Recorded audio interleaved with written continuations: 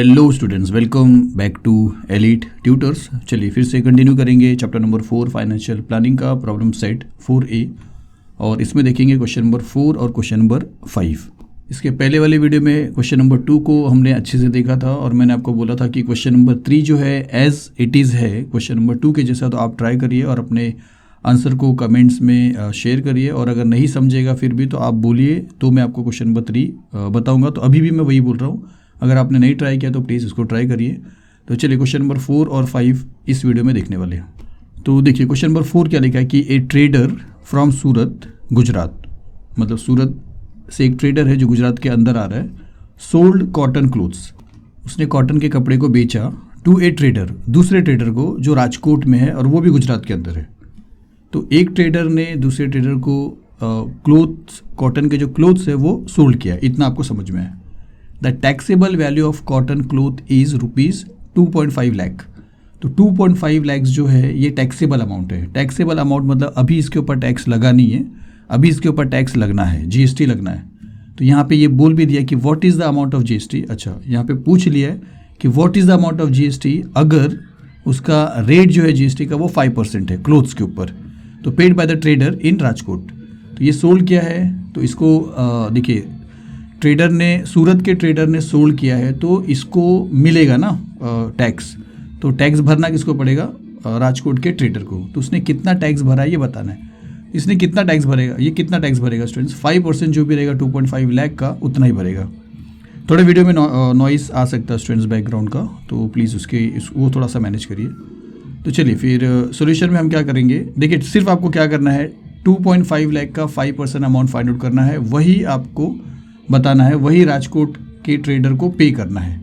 तो हम यहाँ पे लिखेंगे कि taxable value of cotton clothes is ₹2.5 lakh, ठीक है, और रेट कितना है 5%। तो हम यहाँ पे लिखेंगे रेट ऑफ जीएसटी इज़ 5%।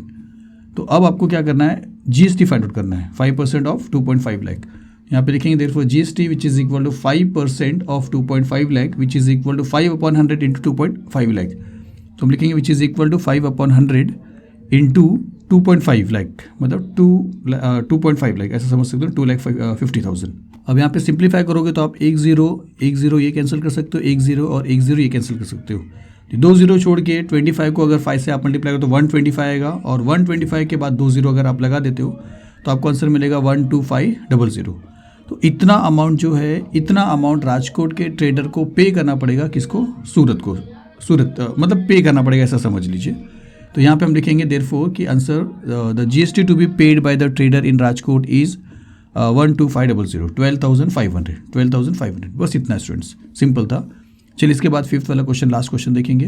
तो चलिए फिफ्थ क्वेश्चन क्या लिखा है कि Shrimati Malhotra purchased solar panels for the taxable value of ₹85,000।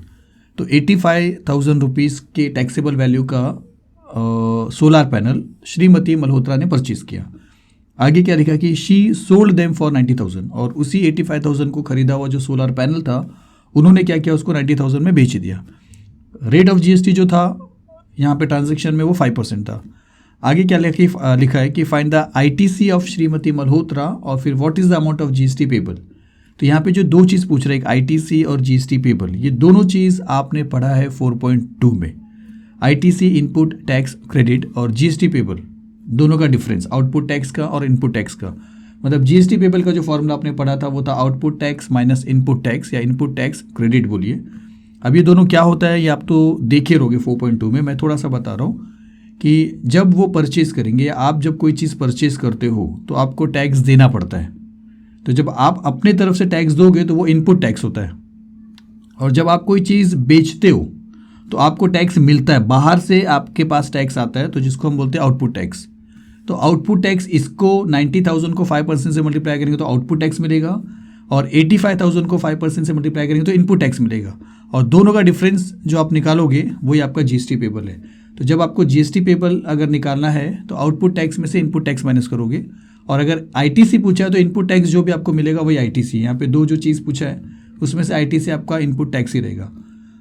तो चलिए शुरू करते हैं, ईजी है, आउटपुट टैक्स और इनपुट टैक्स निकाल के दोनों का डिफरेंस निकालना है। तो सोल्यूशन में हम लिखते हैं कि input tax ITC which will be 5% of 85,000।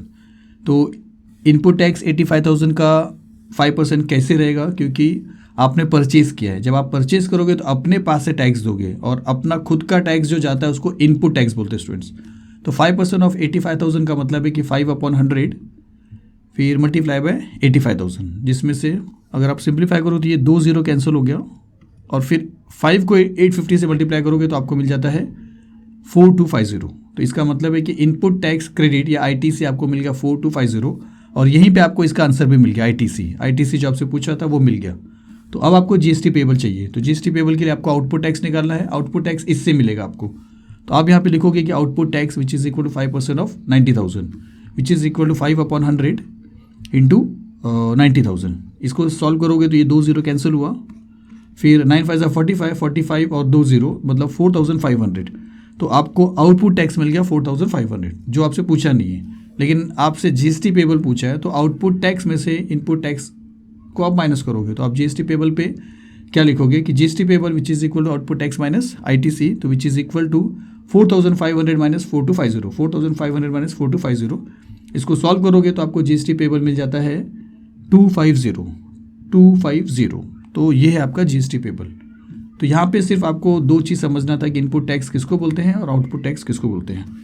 तो चलिए फिर लास्ट में आप लिख दोगे कि आंसर में कि ITC of Shrimati Malhotra is 4250 और GST payable amount of GST payable by Shrimati Malhotra is 250। तो बस इतना करना था स्टूडेंट्स। चलिए मिलेंगे फिर से अगले वीडियो में। कमेंट्स करिए। चलिए थैंक यू वेरी मच।